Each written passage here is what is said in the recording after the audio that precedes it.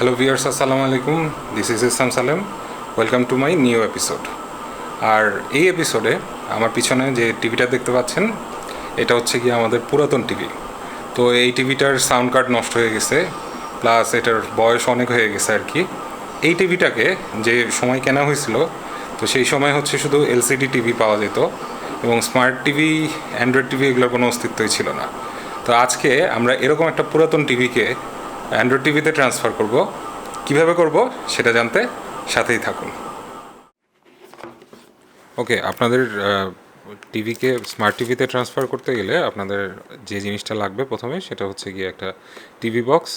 তো এই ক্ষেত্রে আমার চয়েস হচ্ছে গিয়ে মি বক্স 4K। তো এইটার ক্ষেত্রে অ্যাডভান্টেজ হলো বাজারে অনেক ধরনের অনেক স্পেসিফিকেশনের টিভি বক্স এখন পাওয়া যাচ্ছে, বাট দাম হিসেবে এইটা আনবিটেবল, এবং ফিচার বলেন, ইউআই বলেন, সব দিক থেকে এইটা অনেক বেশি জোস। এটার হচ্ছে গিয়ে প্রসেসর হলো কোয়াড-কোর কর্টেক্স A53 2 GHz-এর। জিপিইউ হচ্ছে গিয়ে মালি 450 750 মেগাহার্জের। র্যাম হচ্ছে গিয়ে 2 GB DDR3। ফ্ল্যাশ হচ্ছে গিয়ে 8 GB ইন্টারনাল মেমোরি আছে। অ্যান্ড্রয়েড টিভি 6 চলতেছে এটাতে। সাউন্ডের ক্ষেত্রে হচ্ছে গিয়ে ডলবি ডিজিটাল প্লাস সাপোর্টের 7.1। দেন পোর্টসের ক্ষেত্রে যে জিনিসগুলো অ্যাডভান্টেজ এই বক্সটার ক্ষেত্রে, সেটা হচ্ছে গিয়ে অডিও পোর্ট আছে।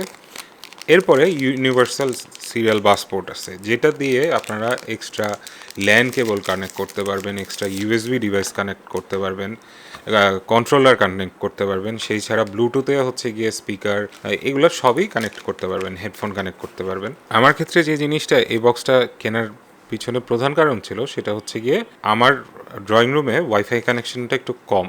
তো আমি ওই ইউএসবি পোর্টটাকে একটা ইথারনেট কেবল কনভার্টার দিয়ে সেটাকে কাজে লাগায় আমি হচ্ছে গিয়ে আমার যে ওয়াইফাইয়ের সমস্যাটা ছিল সেটাও সমাধান করতে পারছি এই মি বক্স 4Kটা দিয়ে।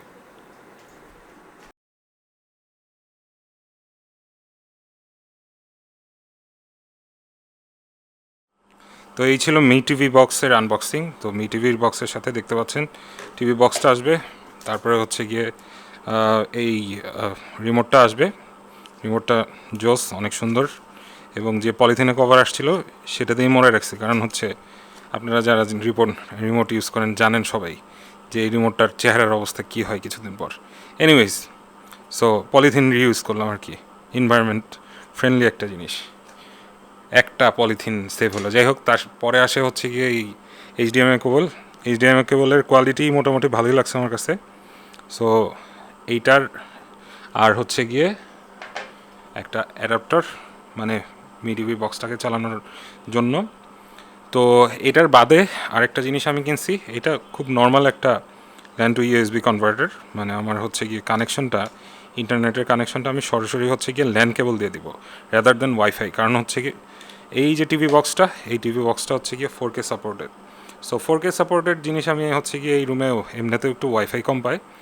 আপনাদের যাদের এই ধরনের সমস্যা আছে, আপনারা এই ধরনের একটা converter, LAN to USB converter কিনে নিয়ে তারপর ইউজ করতে পারেন আর কি। কেবলে কোনো লসলেস, মানে পুরোপুরি লসলেস ইন্টারনেট চলবে।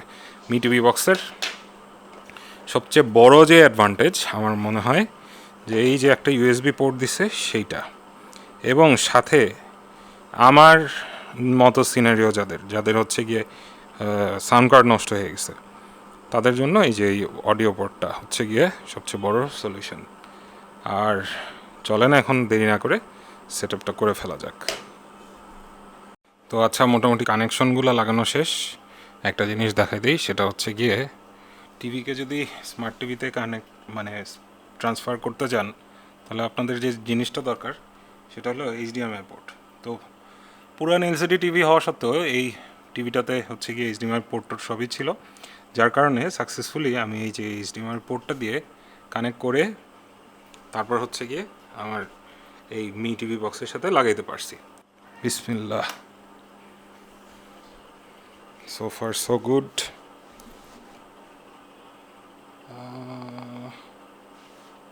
আসছে।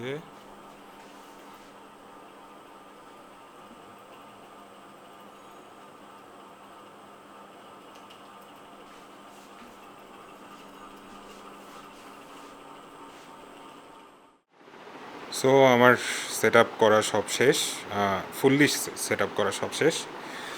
তো সব কিছুই সেট আপ করার পরে জিনিসটা দেখতে এরকম হলো। কেবল ম্যানেজমেন্ট করছি হালকা পাতলা কিছু। তো আসেন দেখি কিভাবে ওয়ার্ড কানেকশনগুলো দিছি। তো এইভাবে আর কি কানেকশন দেওয়া হয়েছে।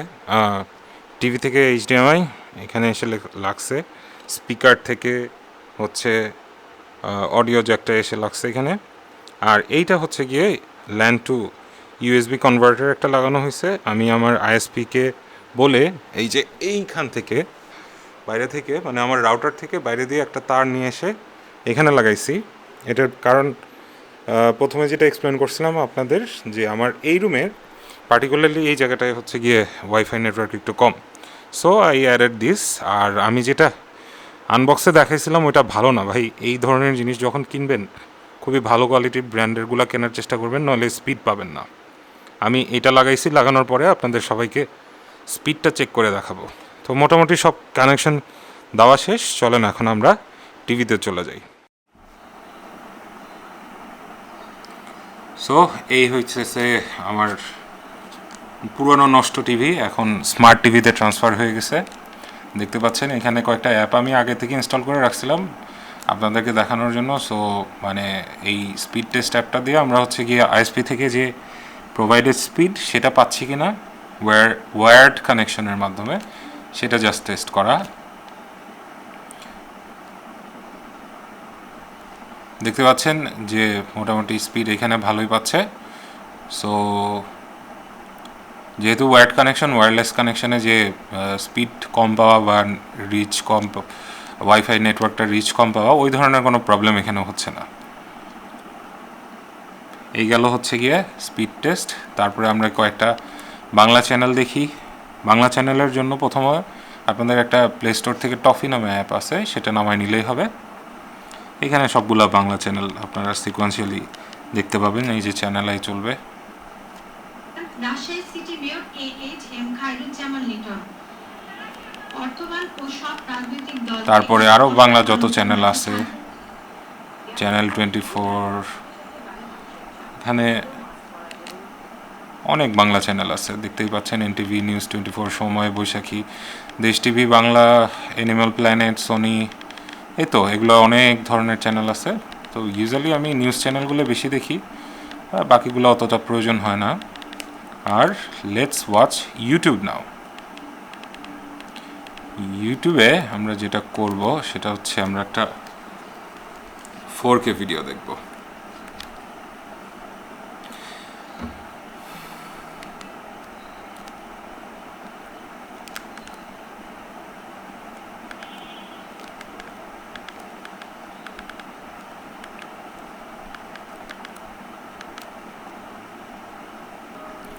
তো ভিউয়ার্স, একটা 8K ভিডিও ছাড়লাম। কপিরাইট ইস্যু হতে পারে, বাট এটা বেশিক্ষণ ছাড়বো না।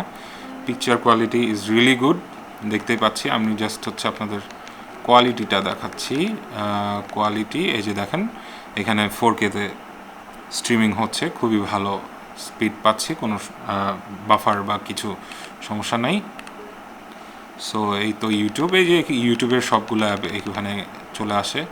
এছাড়াও অ্যান্ড্রয়েড স্মার্ট টিভিতে নেটফ্লিক্স আছে, তারপর হচ্ছে গিয়ে অ্যামাজন প্রাইম, এগুলো আছে। এগুলো দিয়ে আপনারা সাবস্ক্রিপশন বেসড, বাংলাদেশেও কিছু সাবস্ক্রিপশন বেসড যেমন বায়োস্কোপ, হইচই ইত্যাদি, এগুলো সবই আছে অ্যাভেলেবল। আপনারা এগুলো ইনস্টল করে আপনাদের এরকম যদি কোনো টিভি থেকে থাকে পুরাতন, যেটা স্মার্ট না, নেট চলে না, সেটাকে এই মি টিভি বক্সের মাধ্যমে স্মার্ট টিভি বানিয়ে ফেলতে পারবেন। সো ভিউয়ার্স, এভাবেই আপনারা আপনাদের পুরাতন যদি কোনো টিভি থেকে থাকে সেটাকে স্মার্ট বানিয়ে ফেলতে পারেন। তো আজকের ভিডিও এই পর্যন্তই। আশা করি হেল্পফুল একটা ভিডিও বানাতে পেরেছি। তো অবশ্যই জানাতে ভুলবেন না আপনাদের যদি হেল্প হয়ে থাকে। তো স্টে টিউনড, এরকম আরও কিছু টিপস অ্যান্ড ট্রিক্স অ্যাক্টিভিটিস এই রিলেটেড ভিডিও নিয়ে আবারও দেখা হবে। টিল দেন সবাই ভালো থাকুন, সুস্থ থাকুন।